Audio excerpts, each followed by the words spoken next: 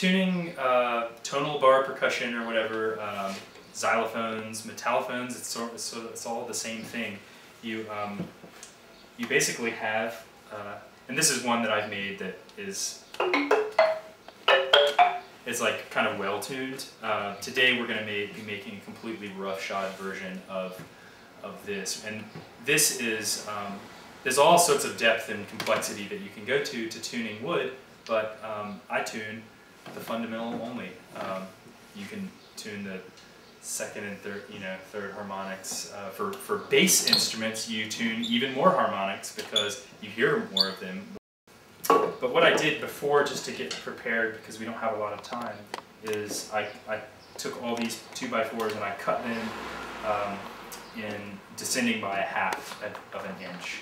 So, and we're just going to sort of see what happens when we tune them and see what notes they come to. My typical plan is just to rough tune everything, see what notes they are by accident, and then tune up or down to the nearest note that I can find, so that I sort of end up with an accidental scale. Some xylophones or different bar percussion instruments have a different profile here. Like there'll be actually like a bump in the middle, which does things to the overtones. But the way I do it is the most common way that I understand, as I understand the most common way, which is just a flat sort of bridge shape. So just to sort of illustrate, this is part of the same piece of wood. So, and this is only a 1/2 inch shorter, but to illustrate what happens just by doing that, there's that sound, and then it's like pretty amazing. By using a sander, you can sort of remove the slightest bit of material, and the more you remove, the lower the pitch becomes. So it's kind of crucial to sneak up to that pitch, because you don't want to overshoot, because you can't add material back. You measure the entire length of the piece of wood, and you mark fourths. So and then you measure it, and then you mark the thirds. So this is annoyingly 16 and 11/16. So what's a quarter of 16 and 11/16? 4 and 2.5. 2 and something. We don't have to know, and we don't have to care, because You're my favorite person. of this awesome technique here that you do with a rubber band, which we will assume for the purposes of, yes, we've marked.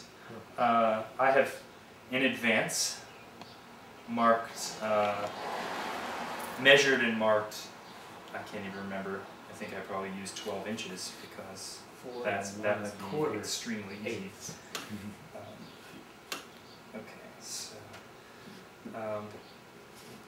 so you see there's a mark there and there's a mark there. Those will be the outsides. These marks indicate quarters, these marks indicate thirds. So if I could have a volunteer from the audience, since I do not have 3 hands. I love to have things like this. Wonderful. Okay, so I'm going to place these here, and I want you to mark all 4 marks. Okay. This is slightly inaccurate, but yes, of course. Because the rubber band does not stretch completely uniformly. Right. That is why. Plus my Smaller. So I always just grab the nearest roundish thing, and let me extend these marks to here. So the idea here is that by the time you reach the middle third, you're sawing flat. Mm-hmm. So this from the quarter to the third, that's your transition from the full dimension of the wood to the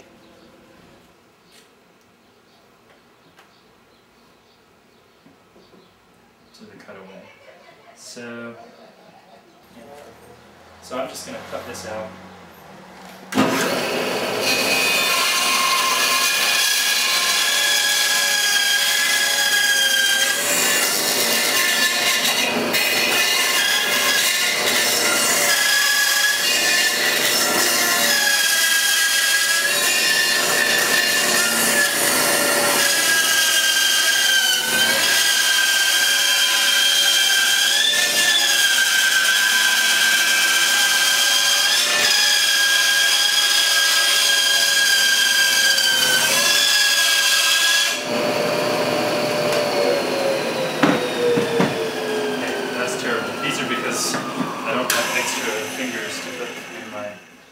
when I'm doing that. Hope you all protected your hearing. So from that very high to that.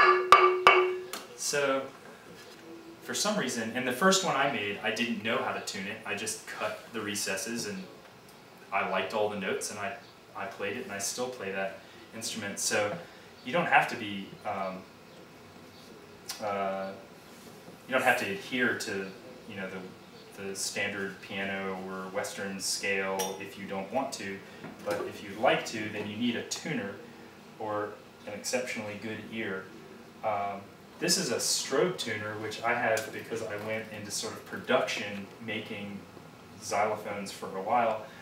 And the nice thing about a strobe tuner is it responds instantaneously to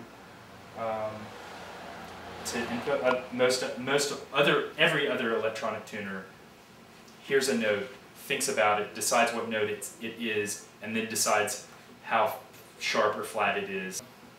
If we had a guitar tuner in here, well, the thing with these is if you're tuning a guitar, a regular tuner is fine because you hit the note and it just rings and rings and rings. Yeah. If you hit this, it has some sustain, but it really dies down fast.